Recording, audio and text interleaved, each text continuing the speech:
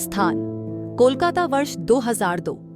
बारिश की हल्की बूंदें एक सूनी गली में गिर रही थी। एक पुरानी कोठी के अंदर चीखों की गूंज और गोलियों की आवाजें एक के बाद एक सुनाई देती हैं। कैमरा धीरे धीरे अंदर जाता है। एक महिला जिसकी गोद में एक छोटा बच्चा है, खून से लथपथ जमीन पर बैठी है। उसके सामने खड़ा है एक सफेद बालों वाला आदमी, गुरनाम सेठ। उसकी आंखों में निर्दयता है।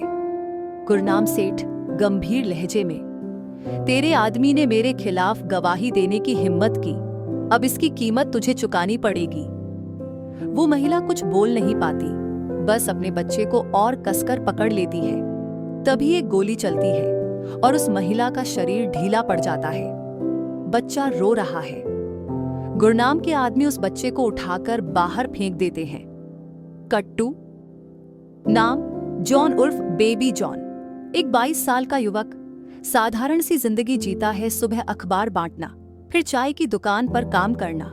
उसके चेहरे पर मासूमियत है, लेकिन आंखों में कुछ और, एक गुस्सा, एक खालीपन, एक अनजाना दर्द। चाय वाला काका, जॉन बेटा तू बहुत मेहनती है, पर एक बात बोलूं, तेरे अंदर कुछ अलग है, तू बाकी लड़कों जैसा नहीं है।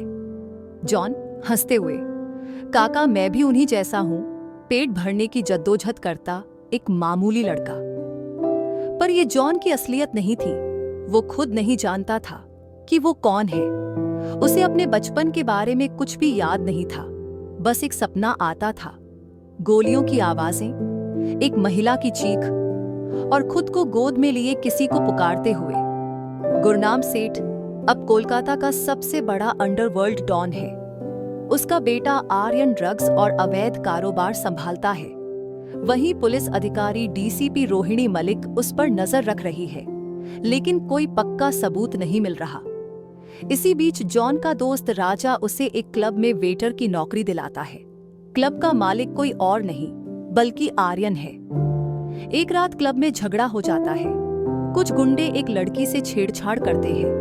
जॉन उन्हें पहले मना करता है, लेकिन जब बात नहीं बनती, जॉन धीर से, अब बहुत हुआ, और फिर जो होता है, 5 गुंडों को अकेले मार गिराता है, बेहद तेजी और सटीकता से। सब हैरान रह जाते हैं, खुद जॉन भी। राजा, तूने ये कैसे किया यार? जॉन सांस लेते हुए, मुझे नहीं पता, मेरे हाथ खुद चल रहे थे, जैसे किसी और ने कंट्रोल लिया हो।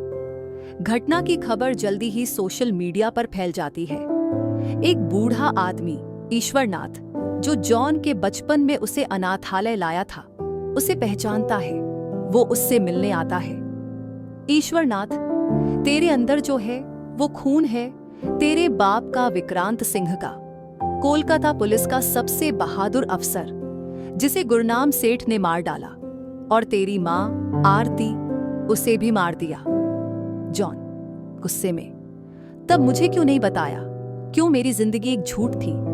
ईश्वरनाथ आंखों में आंसू, तुझे बचाने के लिए बेटा, अगर तू पहचान लिया जाता तो तुझे भी मार दिया जाता। जॉन की पूरी दुनिया हिल जाती है। उसे अब समझ आता है कि क्यों वो हर रात वो सपना देखता है। जॉन अब खामोश नहीं है, वो अब अपनी असली पहचान स्वीकार करता है। बेबी जॉन नहीं, विक्रांत सिंह का बेटा जॉन विक्रांत है। जॉन आईने में खुद से, अब वक्त है उस कहानी को खत्म करने का जो अधूरी रह गई थी। वो अब गुरनाम सेठ और उसके साम्राज्य को खत्म करने की योजना बनाता है, लेकिन आसान नहीं है। उसके पास ना पावर है, ना हथियार, ना कोई सेना, पर उसके पास है हिम्मत, दिमाग और अपने माता पिता का खून। जॉन को अब अपनी असली पहचान का पता चल चुका है। वो अब जान चुका है कि वो कोलकाता पुलिस के ईमानदार अफसर विक्रांत सिंह का बेटा है, जिसे गुरनाम सेठ ने मार डाला था। उसकी मां आरती की भी उसी दरिंदे ने हत्या करवाई थी। अब जॉन के सीने में बस एक ही आग जल रही है, बदले की आग। जॉन अब पहले जैसा मासूम नहीं रहा। अब उसके चेहरे पर एक नया तेवर है। वो हर रोज सुबह उठता है, अखबार बांटता है, चाय की दुकान पर काम करता है, लेकिन रात को वो गुरनाम के नेटवर्क की खामोश निगरानी करता है। वो खुद को ट्रेन कर रहा है, मार्शल आर्ट्स, फाइटिंग मूव्स, बंदूक चलाना, वो सब जो कभी उसके पिता को आता था, अब जॉन सीख रहा है। राजा जॉन का बचपन का दोस्त, उसका सबसे बड़ा साथी बन जाता है। राजा के जरिए ही जॉन को गुरनाम के धंधों की अंदर की खबरें मिलने लगती हैं। राजा के साथ जुड़ती है एक और लड़की, सिम्मी, जो पहले आर्यन के लिए काम करती थी लेकिन अब गुरनाम से नफरत करती है। सिम्मी, मैं तुम्हें सब बताऊंगी जॉन, कहाँ कहाँ उनके गोडाउन है, ड्रग्स कहाँ आते हैं, किस पुलिस वाले को पैसा देते हैं, सब। लेकिन तुम वादा करो, आर्यन को खत्म करोगे।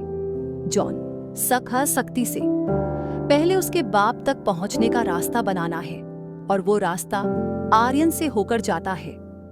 राजा से पता चलता है कि एक बड़ी ड्रग्स की खेप गुरनाम का आदमी तिग्मांशु रात 2 बजे गोडाउन नंबर 7 में उतारने वाला है। जॉन तय करता है ये उसका पहला कदम होगा। रात का वक्त, भारी बारिश, एक साया गोडाउन के बाहर दिखाई देता है। ये जॉन है, अकेला। भीतर तिग्मांशु अपने आदमियों के साथ खेप को देख रहा है। सामान 5 करोड़ का है। ऊपर से खुद सेठ ने कहा है इसे डिस्टर्ब नहीं होना चाहिए। तभी एक धमाका, गोडाउन का दरवाजा उड़ जाता है। गुंडा, कौन है बे? जॉन सामने आता है। वो बिना एक शब्द बोले एक के बाद एक 4 गुंडों को नीचे गिरा देता है। मार्शल आर्ट्स और अपनी चालों से पूरी खेप तबाह कर देता है। गोडाउन जलता है और तिग्मांशु घायल। जॉन तिग्मांशु से, जाके अपने सेठ से कहना उसका भूत लौट आया है। आर्यन गुस्से में सेठ से, बाबा हमारे लोग मर रहे हैं, हमारे गोडाउन जल रहे हैं, कोई है जो सब तबाह कर रहा है। गुरनाम, नाम आर्यन। जॉन, लेकिन असल में ये लड़का कोई और है, इसको मारने की आदत है और तरीका पुलिस जैसा है। गुरनाम के चेहरे पर सन्नाटा।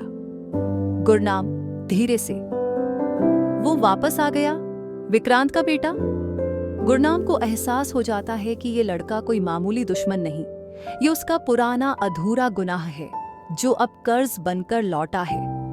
जॉन अब खुद पुलिस तक भी पहुंचने की कोशिश करता है। वो रात में एक फुटेज डीसीपी रोहिणी को भेजता है जिसमें गुरनाम और आर्यन की ड्रग्स डीलिंग की पूरी रिकॉर्डिंग होती है। डीसीपी रोहिणी को ये फुटेज देखकर झटका लगता है। रोहिणी, ये फुटेज किसी आम आदमी के बस की बात नहीं, ये तो कोई अंदर का ही आदमी है। जॉन रात को खुद मिलता है। जॉन, मेरा नाम जॉन विक्रांत है, विक्रांत सिंह मेरा पिता था। रोहिणी हैरान, तुम विक्रांत के बेटे हो, लेकिन तुम तो। जॉन, मुझे नहीं चाहिए सरकारी मदद, मुझे चाहिए सिर्फ एक मौका गुरनाम को मिटाने का। लेकिन अगर आप चाहें तो मैं आपको सबूत देता रहूंगा ताकि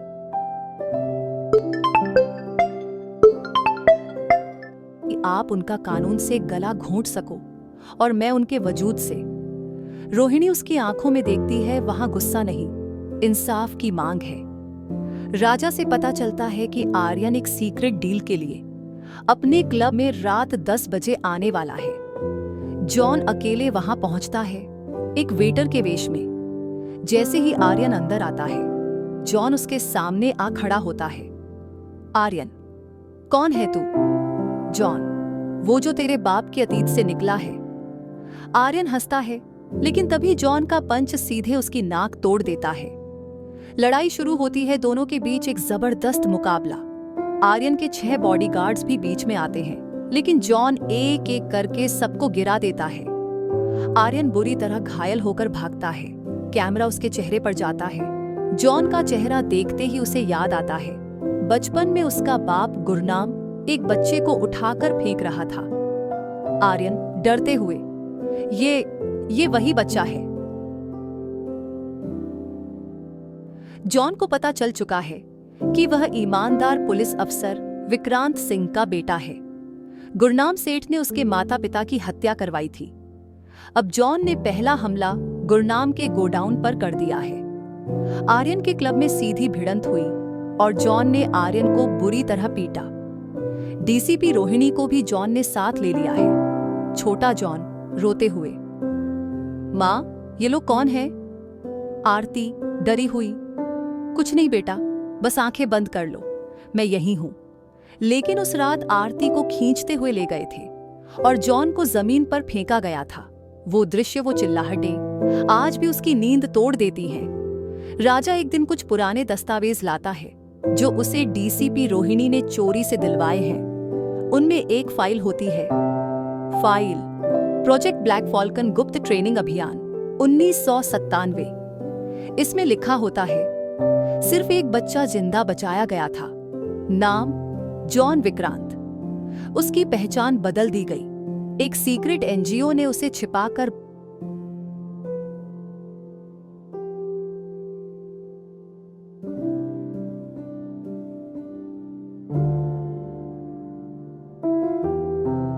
बड़ा किया। जॉन को एहसास होता है कि जो अनाथालय में उसने अपना नाम बाबू रखा था, वो बस एक मुखौटा था। अब वो पूरी तरह से जॉन विक्रांत बन गया है, अपने पिता का वारिस। गुरनाम अब खुलकर जॉन को मारने की योजना बनाता है। गुरनाम, इस बार उसका अंत वो नहीं करेगा, करेगा उसका कोई अपना। गुरनाम राजा के पिता को पकड़वाता है, जो एक साधारण दर्जी है, और राजा को ब्लैकमेल करता है। गुरनाम के आदमी, अगर तेरे बाप को जिंदा देखना है तो अपने दोस्त को धोखा दे, जॉन को अगले मिशन पर भेज और लोकेशन हमें दे दे। राजा मजबूर होता है।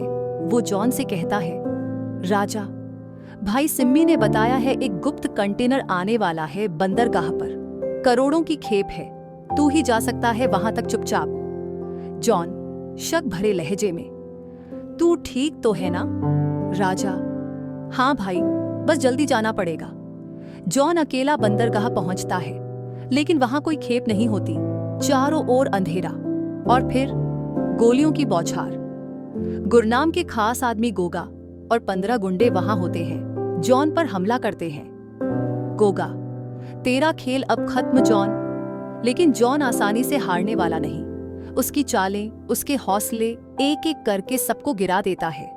लेकिन एक गोली उसके कंधे को छू जाती है। वो जैसे तैसे भागता है।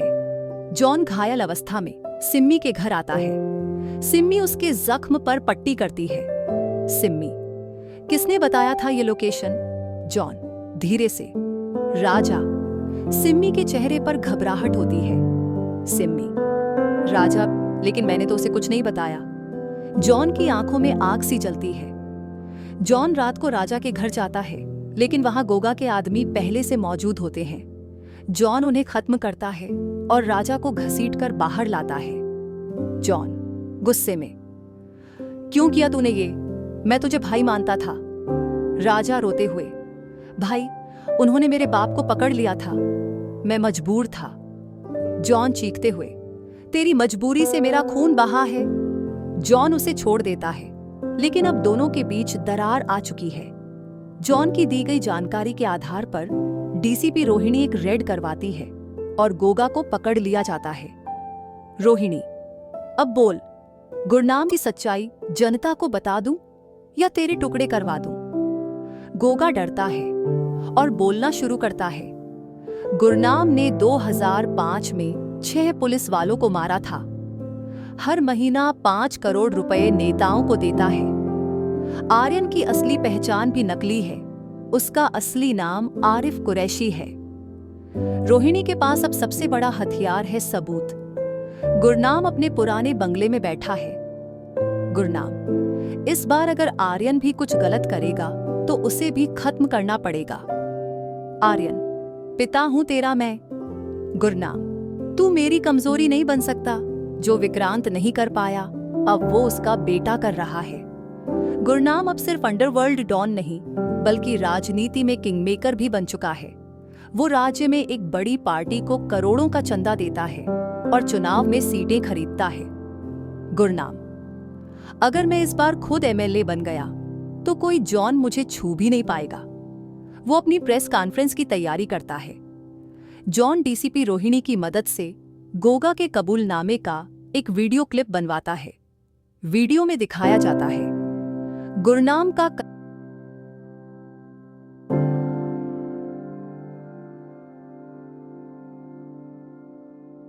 अच्छा चिट्ठा, बच्चों की ड्रग लैब, भ्रष्ट नेताओं के नाम, आर्यन की असली पहचान, रोहिणी। अगर इसे सीधे मीडिया को दे दें तो गुरनाम पलटवार करेगा। हमें इसे जनता तक पहुंचाना होगा, एक क्रांति की तरह। राजा जो अब टूट चुका है वापस आता है। वो जॉन के सामने झुक जाता है, राजा आंसुओं में। भाई, मैं अब खुद को माफ नहीं कर पा रहा। अगर तू चाहे तो गोली मार दे, पर एक मौका दे तेरे लिए कुछ सही करने का। जॉन उसे माफ नहीं करता, पर उसे वीडियो को फैलाने की जिम्मेदारी देता है। जॉन, अब तू सिर्फ मेरा दोस्त नहीं, मेरी आवाज है। राजा सोशल मीडिया पर फेक अकाउंट्स बनाता है, 1000 मोबाइल्स की टीम जुटाता है और वीडियो को एक वायरल आंदोलन में बदल देता है। गुरनाम मंच पर आता है, कैमरों के सामने मुस्कुराता है, लेकिन तभी सभी स्क्रीन पर एक साथ वीडियो चलना शुरू होता है। गुरनाम चौंक जाता है। वीडियो। गुरनाम एक माफिया, बच्चों को बेचने वाला, नेताओं का दलाल और हत्यारा। हजारों लोग, गिरफ्तार करो, गुरनाम को फांसी दो। गुरनाम गुस्से में मंच से उतरता है। प्रेस कॉन्फ्रेंस असफल हो जाती है। आर्यन अब खुद को बुरी नजरों से देखता है। आर्यन गुरनाम से, तूने मुझे क्या बना दिया? नकली नाम, झूठा रुतबा, और अब लोग मुझे भी हत्यारा कह रहे हैं। गुरनाम गुस्से में, तो क्या करेगा? उसी जॉन के पास जाएगा जो तेरे सामने कीचड़ से निकला है। आर्यन, कम से कम उसका चेहरा तो साफ है। मैं अब तेरा हिस्सा नहीं बनना चाहता। आर्यन गुरनाम का बंगला छोड़ देता है। सिम्मी, जो अब तक जॉन के साथ खड़ी थी, अचानक उदास रहती है। जॉन एक रात उससे पूछता है, जॉन, तू इतना चुप क्यों है सिम्मी? सिम्मी आंखें झुकाकर, क्योंकि मेरी सच्चाई जानकर तू शायद मुझे छोड़ देगा। जॉन, सच क्या है? सिम्मी, गुरनाम ने मेरे छोटे भाई को मार डाला था और मैं उस वक्त उसी के घर में नौकरानी थी। मुझे लगा था अगर मैं अंदर रहूं तो उसके खिलाफ सबूत इकट्ठे कर पाऊंगी, पर मेरी वजह से कई बच्चे मारे गए क्योंकि मैं चुप रही। जॉन चौंकता है, पर सिम्मी की आंखों में आंसू देखकर उसका हाथ पकड़ता है। जॉन, तूने गलती नहीं, साहस दिखाया। अब तू सिर्फ मेरी साथी नहीं, मेरी लड़ाई का हथियार है। गुरनाम अब खुद को घिरा पाता है। वो पूरे शहर में डर फैलाने का आदेश देता है। पुलिस स्टेशनों पर आग लगती है, विरोध करने वालों को किडनैप किया जाता है, बच्चों को अगवा कर लिया जाता है। गुरनाम, अगर मैं गिरा तो पूरे शहर को साथ ले जाऊंगा। डीसीपी रोहिणी अब गुरनाम की गिरफ्तारी का वारंट ले आती है, लेकिन जब टीम रेड करने जाती है तो वहां जाल बिछा होता है। गुरनाम बम से स्टाफ को उड़ा देता है, 7 पुलिस अफसर मारे जाते हैं। रोहिणी बच जाती है पर घायल होती है। जॉन, अब ये निजी नहीं रहा, अब ये युद्ध है। एक रात जॉन अपने ठिकाने पर होता है, तभी आर्यन आता है। आर्यन गंभीर लहजे में, मुझे गुरनाम की हर कमजोरी पता है, पर उससे लड़ने के लिए तू तैयार नहीं। अगर तू मेरा साथ चाहता है तो मुझे सब कुछ बताना होगा, यहां तक कि तेरी कमजोरियां भी। जॉन, मैं तैयार हूं, पर तू क्या अपना नाम, खून, बाप सब त्याग सकता है? आर्यन धीरे से, अगर मुझे इंसान कहलाना है तो हां। दोनों एक दूसरे की ओर देखते हैं, एक नया मोर्चा बनता है। गुरनाम के खिलाफ युद्ध की नींव। जॉन और आर्यन ने हाथ मिलाया। गुरनाम ने पूरे शहर में आतंक फैला दिया। डीसीपी रोहिणी की टीम पर हमला हुआ। सिम्मी का अतीत सामने आया। जनता गुरनाम के खिलाफ एकजुट हो रही है। आर्यन अब जॉन को गुरनाम के सीक्रेट लॉजिस्टिक रूट्स, विदेशी बैंकों और हथियारों के सौदों की जानकारी देता है। आर्यन, गुरनाम सिर्फ एक डॉन नहीं है, वो एक इंटरनेशनल डीलर है। अफ्रीका, रूस और मिडिल ईस्ट तक उसकी पहुंच है। जॉन हैरान होता है। जॉन, मतलब ये सिर्फ एक शहर की लड़ाई नहीं, ये तो ग्लोबल गटर है। राजा, जो अब फिर से जॉन की टीम का हिस्सा बन गया है, एक हैकर से संपर्क करता है। कोड नेम शैतान। शैतान दुबई के बैंक सर्वर को हैक करता है और पाता है गुरनाम के नाम से 17 फर्जी पासपोर्ट हैं। स्विस बैंक में $900 मिलियन हैं। भारतीय नेताओं के साथ उसके वीडियो कॉल्स के रिकॉर्ड हैं। राजा, भाई, ये आदमी सिर्फ शहर नहीं, देश को बेच चुका है। सिम्मी जॉन को एक पुराना संदूक देती है जो उसकी माँ का है। उसमें एक चिट्ठी मिलती है, अधूरी लिखी हुई। माँ की चिट्ठी से, अगर तुझे ये मिले तो समझ कि मेरी मौत एक हादसा नहीं थी। गुरनाम के पास एक रिकॉर्डिंग है जिसमें मैंने उसकी असलियत कैद की थी। जॉन दहशत में आ जाता है। उसे समझ आता है माँ को गुरनाम ने ही मरवाया। अब जॉन की लड़ाई सिर्फ शहर या बच्चों के लिए नहीं, अब ये माँ के सम्मान की लड़ाई है। जॉन, मैं अब किसी को नहीं छोड़ूंगा। अब गुरनाम को सिर्फ हराना नहीं, मिटाना है। जॉन के हैकर शैतान को एक रिकॉर्डिंग मिलती है जिसमें राज्य का कैबिनेट मंत्री गुरनाम से मिल रहा है। मंत्री, तू मेरे लिए चुनाव जितवाएगा, मैं तुझे पूरे राज्य की पुलिस तैनात करके दे दूंगा। जॉन इस वीडियो को सीधे डीसीपी रोहिणी को देता है। रोहिणी, अब मेरे हाथ में वो पावर है जिससे मैं राज्य की नींव हिला सकती हूँ। वो गृह मंत्रालय से स्पेशल टास्क फोर्स मंगवाती है गुरनाम के खिलाफ। गुरनाम अपने विदेशी पार्टनर्स से मदद मांगता है। एक गुप्त आतंकी गिरोह ब्लैक विंड शहर में दाखिल होता है। इनका मकसद एसटीएफ के ऑफिस पर हमला, मीडिया हाउस को तबाह करना, जॉन और रोहिणी को खत्म करना। एक रात बम फटते हैं, 4 एसटीएफ अधिकारी मारे जाते हैं। गुरनाम, अब देखो कौन किसे मिटाता है। अब जॉन और आर्यन दोनों एसटीएफ के साथ गुरनाम के शिपमेंट बेस पर जाते हैं जहां विदेशी हथियार लाए जा रहे हैं। अंधेरी रात, बंदरगाह का इलाका, चारों तरफ बंदूकें। जॉन और आर्यन एक एक करके सभी गार्ड्स को चुपचाप निपटाते हैं। एसटीएफ लीडर चीखता है, गो गो गो। गोलियों की बौछार, हैंड ग्रेनेड धमाके। जॉन गुरनाम के सबसे बड़े गन सप्लायर को पकड़ लेता है, Ivor Novick, Russian dealer. Ivor को जेल में डालते ही वो गिड़गिड़ाता है, इवोर, मैं गवाही दूंगा, गुरनाम ने बच्चों को हथियारों के लिए बेच दिया था। वो आतंकियों को भारत में रास्ता देता था और एक बार उसने ही एक स्कूल पर हमला कराया था ताकि मीडिया का ध्यान भटके। जॉन का खून खौल उठता है। सिम्मी अपने भाई की मौत याद कर फूट फूट कर रोती है। अब गुरनाम को समझ आता है कि वक्त हाथ से निकल रहा है। वो जॉन की बहन रिया को किडनैप कर लेता है। गुरनाम का वीडियो, जॉन, अगर तूने मेरे खिलाफ एक और कदम बढ़ाया तो तेरी बहन के अंग टुकड़े टुकड़े करके भेजूंगा। जॉन अब टूटने लगता है। सिम्मी, अब तू पीछे नहीं हट सकता जॉन, ये जंग अब हर एक पीड़ित की है। सीटीएफ की रिपोर्ट से पता चलता है कि गुरनाम ने रिया को एक पुराने सुनसान इलाके में स्थित काली हवेली में छिपा रखा है। यह हवेली एक किले जैसी है, चारों ओर कांटेदार बाड़, सीसीटीवी, गार्ड्स और बंकर। डीसीपी रोहिणी, जॉन, सीधा हमला आत्मघाती होगा, हमें योजना बनानी होगी। जॉन, नहीं, ये मेरी बहन है, मैं अब एक पल भी इंतजार नहीं कर सकता। जॉन, राजा और सिम्मी एक पुरानी सीवेज लाइन से हवेली में दाखिल होते हैं। अंधेरा, चूहों की आवाजें और हर कदम पर मौत का डर। सिम्मी, हम 3 लोग हैं और वो 100 से ज्यादा हैं। राजा, पर हमारे इरादे उनसे भारी हैं। जैसे ही वो अंदर घुसते हैं, एक अलार्म बज उठता है। गुरनाम को खबर हो जाती है। गुरनाम जानबूझकर जॉन को हवेली में आने देता है ताकि उसे एक बार में खत्म कर सके। रिया को तहखाने में जंजीरों से बांधा गया है। रिया रोती हुई, भैया मुझे ले चलो यहां से। जॉन तक पहुंचते पहुंचते 10 गार्ड्स मशीन गनों के साथ घेर लेते हैं। गुरनाम स्पीकर पर, कहते थे ना, तू मौत है, देख तेरी बहन सामने है और तू कुछ नहीं कर सकता। जॉन राजा की जेब से स्मोक बॉम्ब निकालता है और पूरे कमरे को धुएं से भर देता है।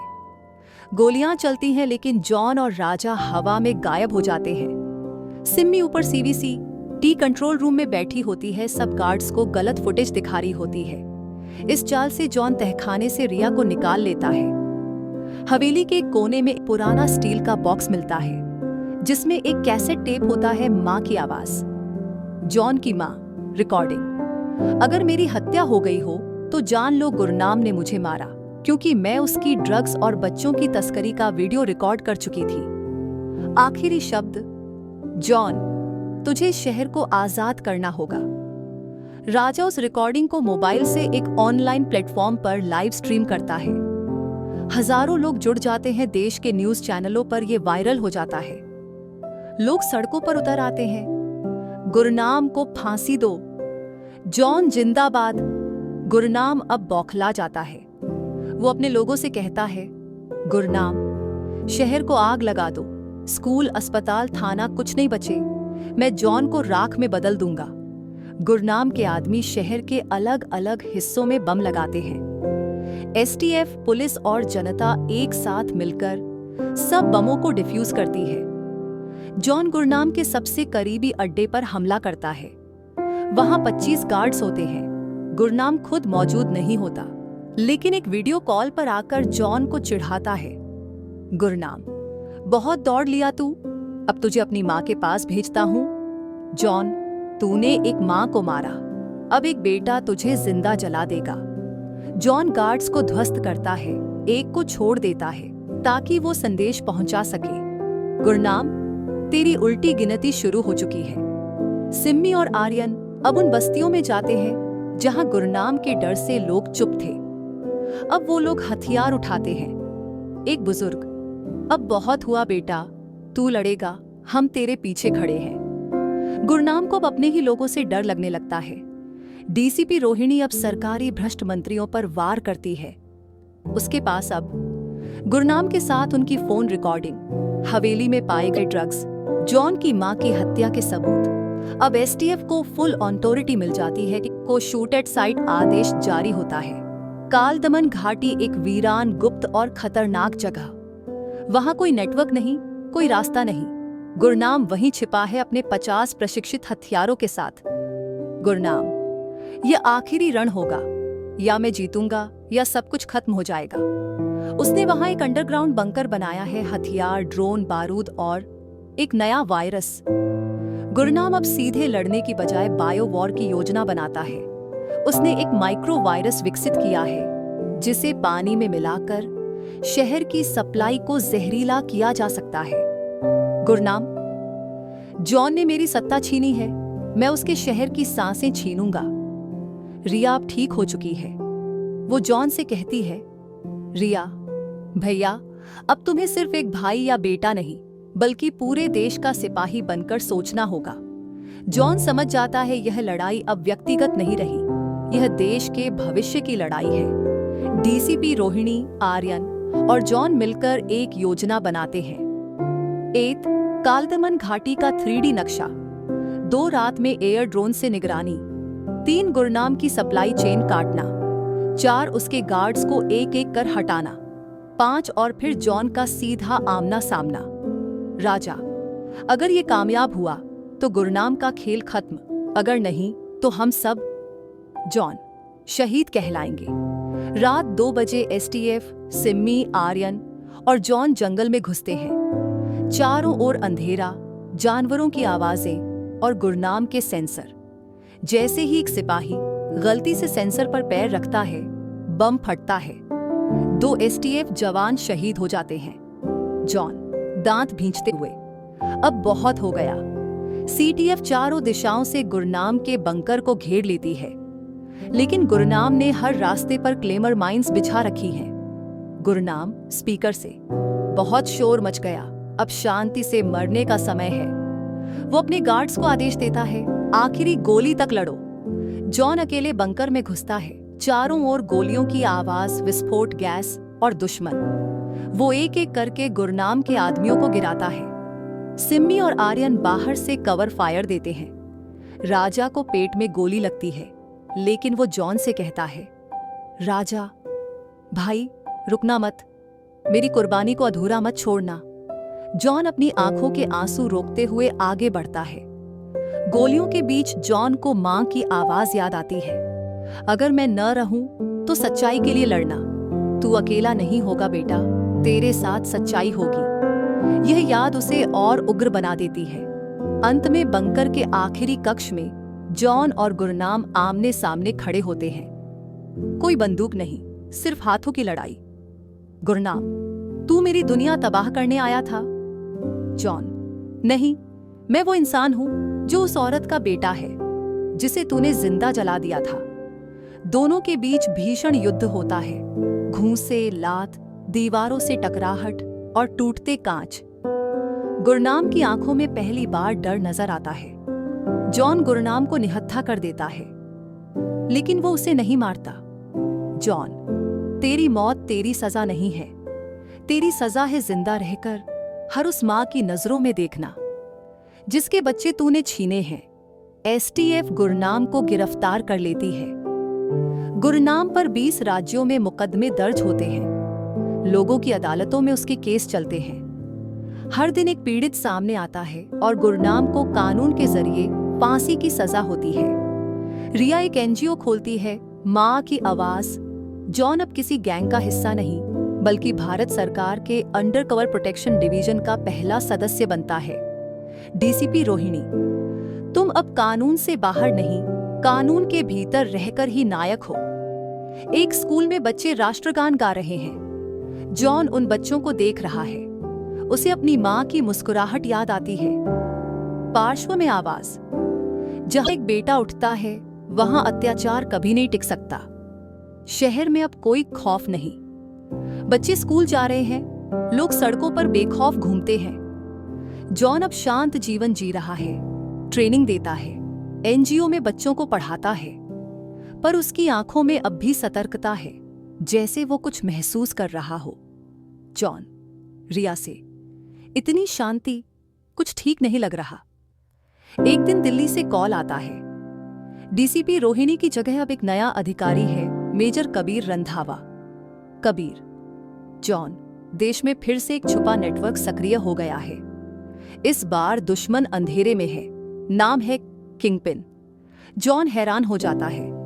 किंगपिन कोई व्यक्ति नहीं बल्कि गुरनाम से भी बड़ा क्रिमिनल सिंडिकेट है जो अब भारत में पैर जमा रहा है। कोई नहीं जानता वो कौन है। उसकी तस्वीर नहीं, कोई फिंगरप्रिंट नहीं, लेकिन उसके पीछे छिपे हैं विदेशी आतंकवादी, खुफिया एजेंसियों के गद्दार और डार्क वेब माफिया। कबीर, हमें सिर्फ एक नाम मिला है, नागफनी प्रोजेक्ट। ये भारत के 7 शहरों में ब्लैकआउट, डाटा चोरी और हत्याओं की योजना है। जासूसी की शुरुआत, जॉन और उसकी नई टीम, मीराबाई एक हैकर, कैप्टन अरहान स्नाइपर, डॉ जेनी बायोकेमिकल एक्सपर्ट, तीनों के साथ जॉन एक एक शहर में जाकर सुराग जुटाता है। वाराणसी में एक सरकारी वैज्ञानिक की लाश मिलती है। कोई जख्म नहीं, पर शरीर पूरी तरह जला हुआ। डॉ जेनी बताती है, ये कोई आम मौत नहीं, ये एक्सपेरिमेंटल इलेक्ट्रोवेव से मारा गया है। और दीवार पर लिखा था, पिन एक्टिवेटेड। जॉन समझ जाता है ये किंगपिन मिशन का हिस्सा है।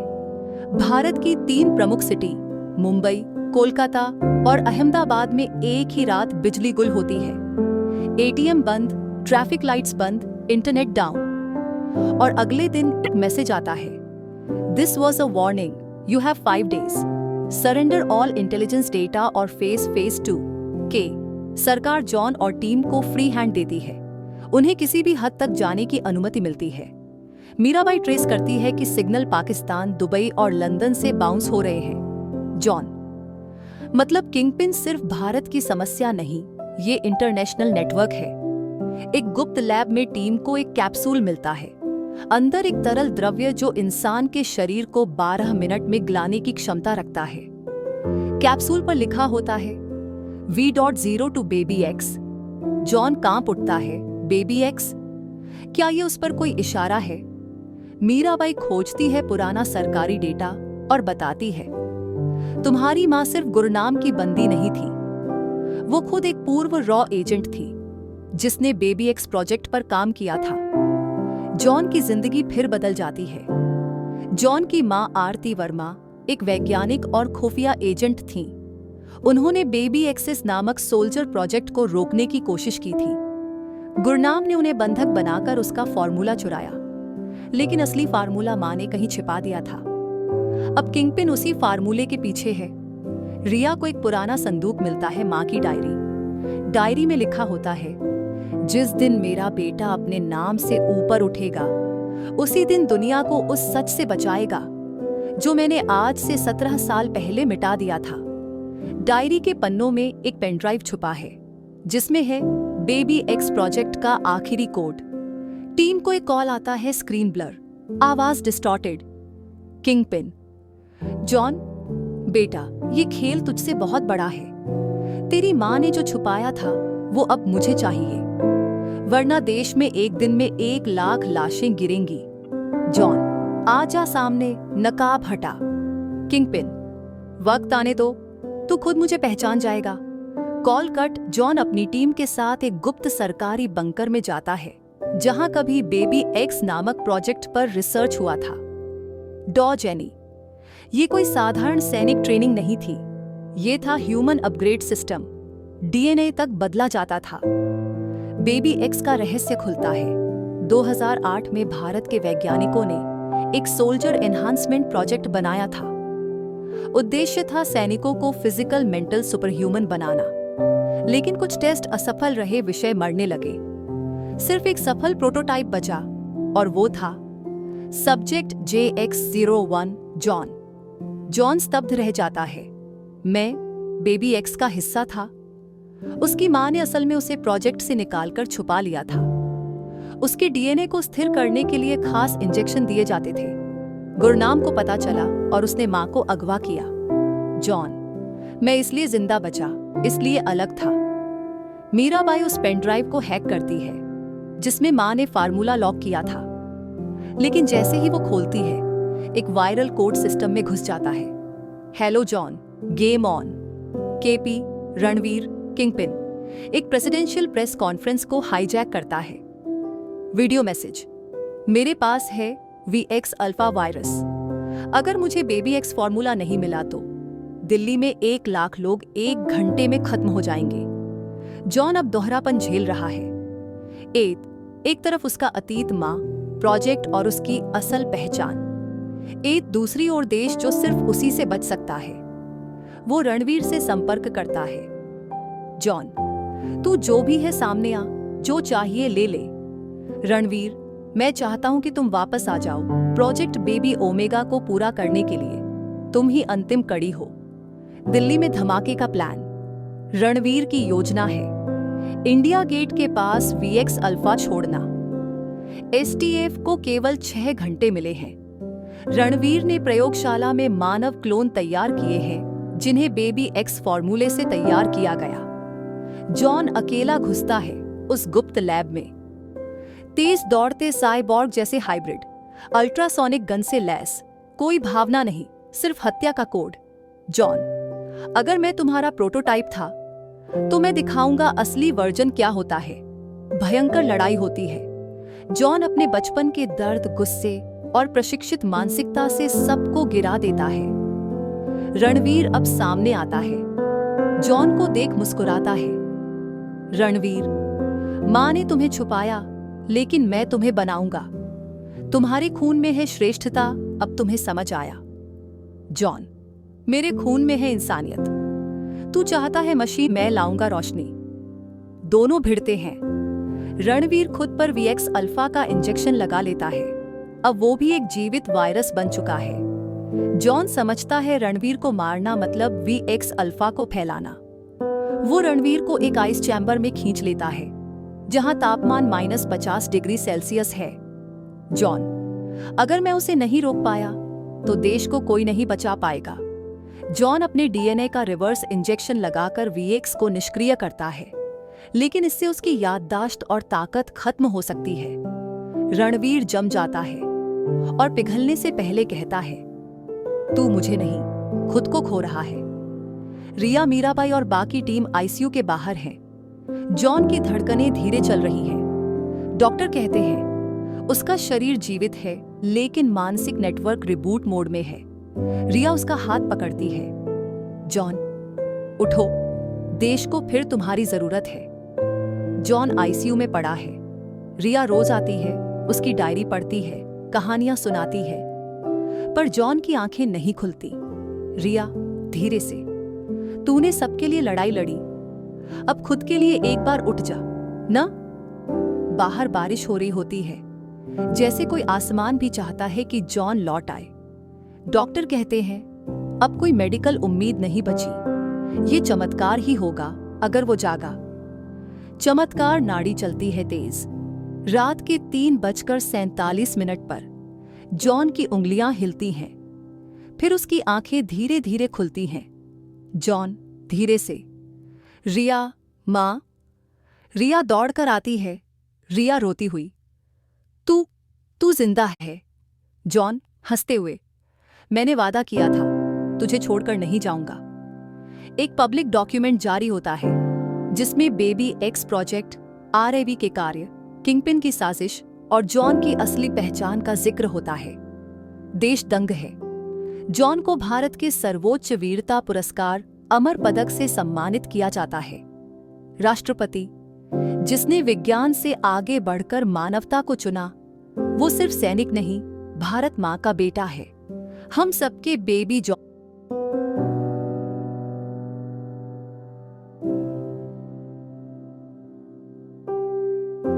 को सलाम। लोग गली गली पोस्टर लगाते हैं, बच्चों को मत डरा, जॉन आ जाएगा। जॉन है तो डर किस बात का। बचपन से बहादुरी तक एक बेबी जॉन। जॉन एक सरकारी स्कूल में बच्चों से मिलता है। वहां एक बच्चा पूछता है, बच्चा, आपने इतना सब कुछ किया, पर क्या कभी डर लगा? जॉन मुस्कुराकर, हर पल लगा। पर जब डर से बड़ा सपना हो तो जीत पक्की होती है। आरआईए और मीरा अब प्रोजेक्ट ओमेगा पर काम कर रही हैं, जहां सोल्जर एनहांसमेंट तकनीक को बचाव, मेडिकल और शिक्षा के लिए ढाला जाएगा। मीरा, अब कोई बच्चा प्रयोगशाला का विषय नहीं बनेगा।